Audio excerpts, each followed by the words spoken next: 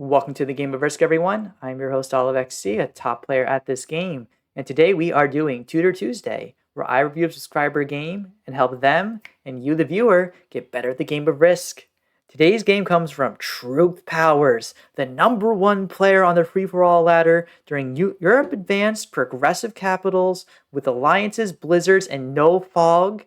And yes, ladies and gentlemen, these are the craziest blizzards of all time. A blizzard here, blizzards here, and here. Every blizzard is impactful. This is a 1-point hold on the entire map. This is a 1-point hold. And crazily enough, yellow doesn't cap here. Most players miss a lot of impactful capitals. Yellow is here, which allows them a 1-point hold on a bonus, but they are trapped behind pink, who could just dominate this whole game if they hold this area. Blue's capped here in noob corner. It's going to take him a long time to synergize, and red could also ruin blue's day. And now Truth, the black player, I don't like his first move. He takes a bonus for himself, but if you notice, since his capital is here, and the blizzards are here, he doesn't have good synergy with his bonus. You generally should be taking bonuses that synergize well with your capital, so that way if someone attacks you, you can re-attack back with the capital. As red bots out right away, basically making this a 5-player game. Neutral bots for the win, ladies and gentlemen. But now with red botting out, now blue has much more open lines throughout the map, as well as an extra guard on this area, which is actually really nice for them. But now we're getting the pink's turn. And if pink chooses to invade Truth Powers here, this could potentially completely ruin Truth's game. Hopefully they don't do it, and oh no, pink is going to invade. Oh, that's so bad. That is so bad. And Truth, I don't know what he can do. His capital is so weak, and oh my god, he's going to go for the hit? He needs perfect dice, but even with perfect dice, it's only a 50-50. And he loses the roll. Even if he won the roll, the purple player would have just gone in and took the cap right away anyway. I feel like that was just a big mistake by Truth, and it all came down to his first turn. I would have really prioritized taking this bonus over 2 rounds and then trying to hold it down. Instead, he's left with a very weak capital. Blue could eventually try to hit it. And if Truth loses his capital, he basically loses the game. All he did do was really weaken pink and allow purple to go and take the capital themselves. And Truth dabs to that because he's a monster, but we love Truth. But I like what blue is doing. Even though they have a bad capital, they are expanding. They're not attacking other players. They are focusing on their game, ladies and gentlemen. But now yellow has botted out. So very quickly, we have had 2 bot outs. Red, who just chose not to play, and pink, who Truth basically ended their game. Unfortunately, though, because of the war that pink and black went into, Truth is now super far behind. I think it's almost impossible for him to come back. What's going to happen now is the yellow player is going to slowly expand on their side of the board here, and then should then be expanding outwards in this direction. The purple player will be prioritizing taking over the Orient, and then controlling this bottom part of the board. So there should be natural tension between yellow and purple for the foreseeable future. But who's going after blue? Since purple has been knocked out of this game, if I'm the blue player, I'm probably going to try to prioritize just taking as much territory as I can and really expanding throughout the board. I would also prioritizing and handing as many territories I can from the black player, because he's the only one who can really attack me right now. If I can get black where they're only on their capital and barely have any troops, they're just not going to be able to do anything.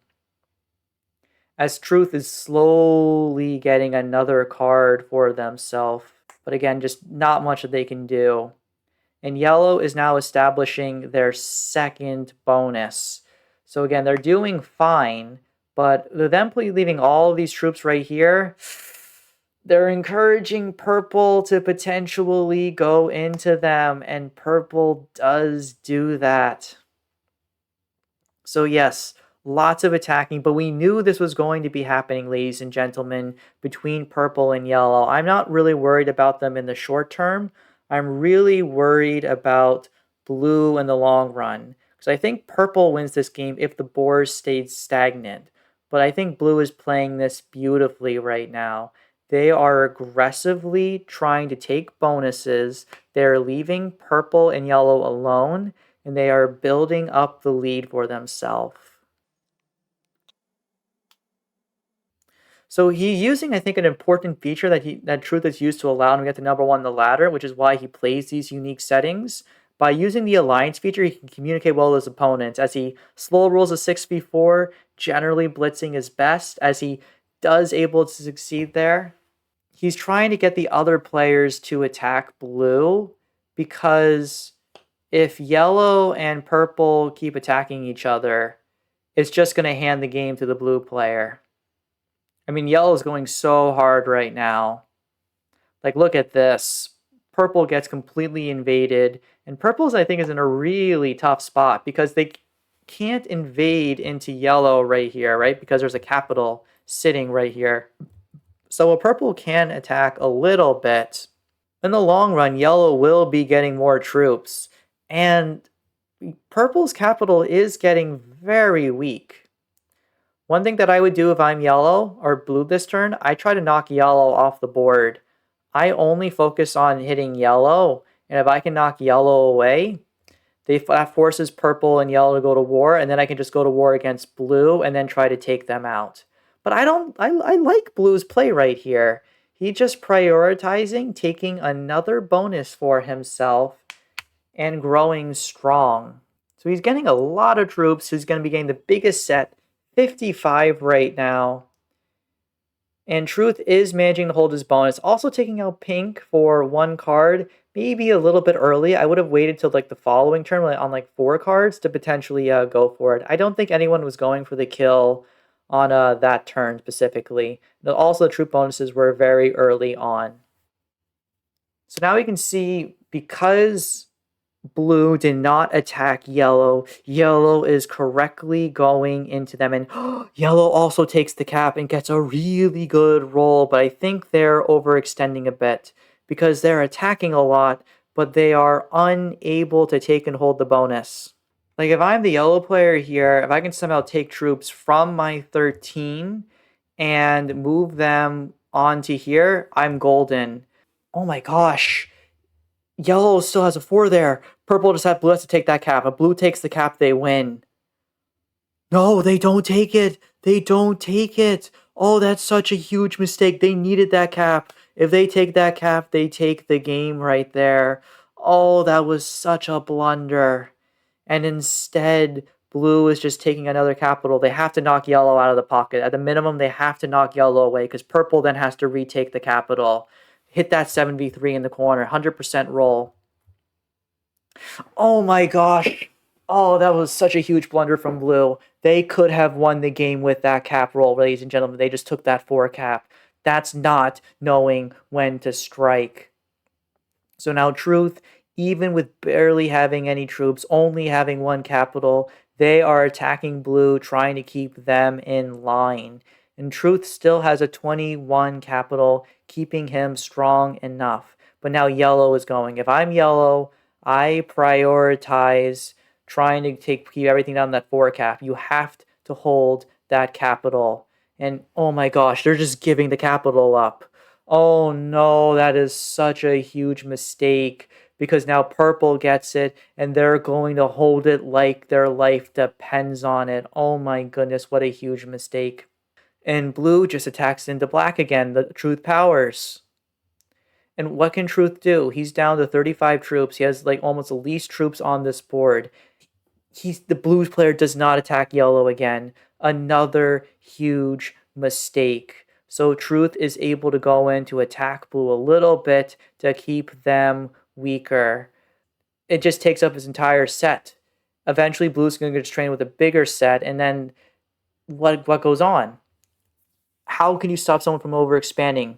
Well, that's where the alliance feature comes in. Now, yellow, blue, who failed to take this bonus, now with yellow also being here, blue is going in and getting hammered by yellow. This is absolutely insane. Absolutely incredible. So so Truth is now trying to use the alliance feature again to also attack blue and then going back.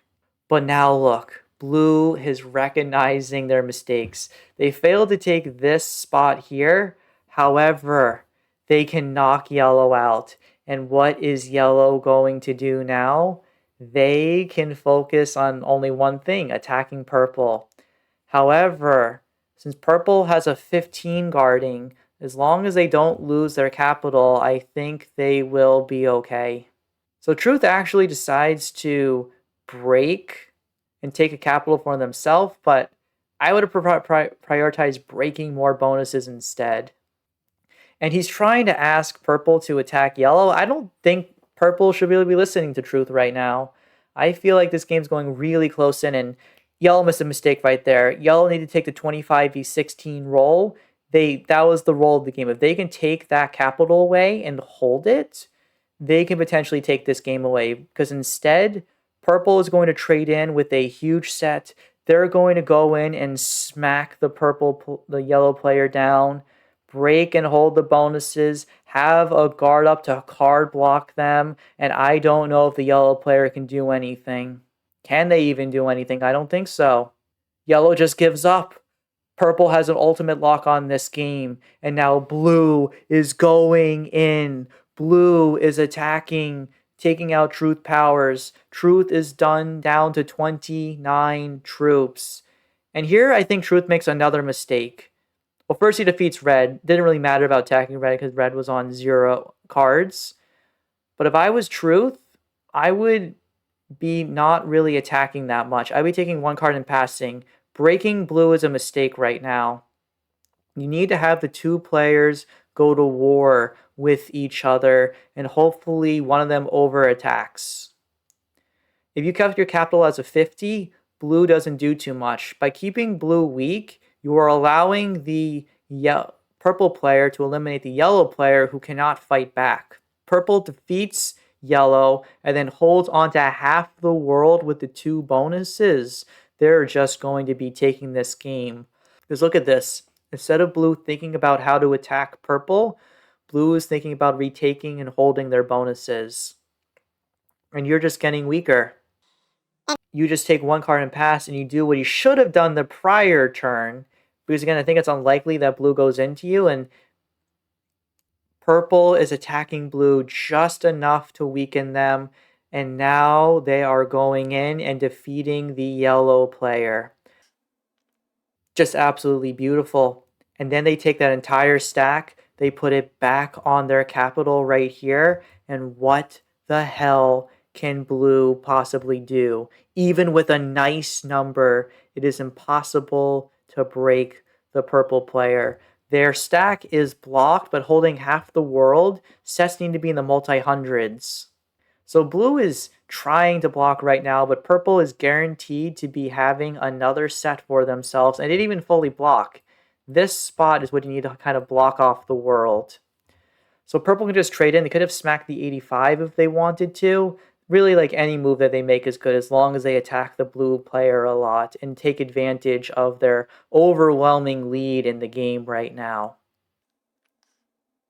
And the good choice that they decide to go for is to just take another capital, get a really good roll, and now they have perfect vision of the board where they're well spread out, and they have the perfect god cap with all these additional troops.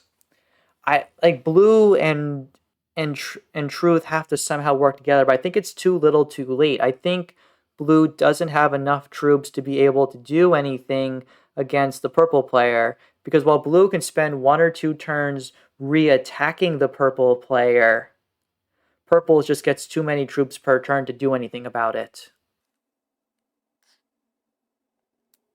So Truth just trades in and it takes a card and pass. That's all he can do. And purple goes out. Do they smack the 46? Let's see.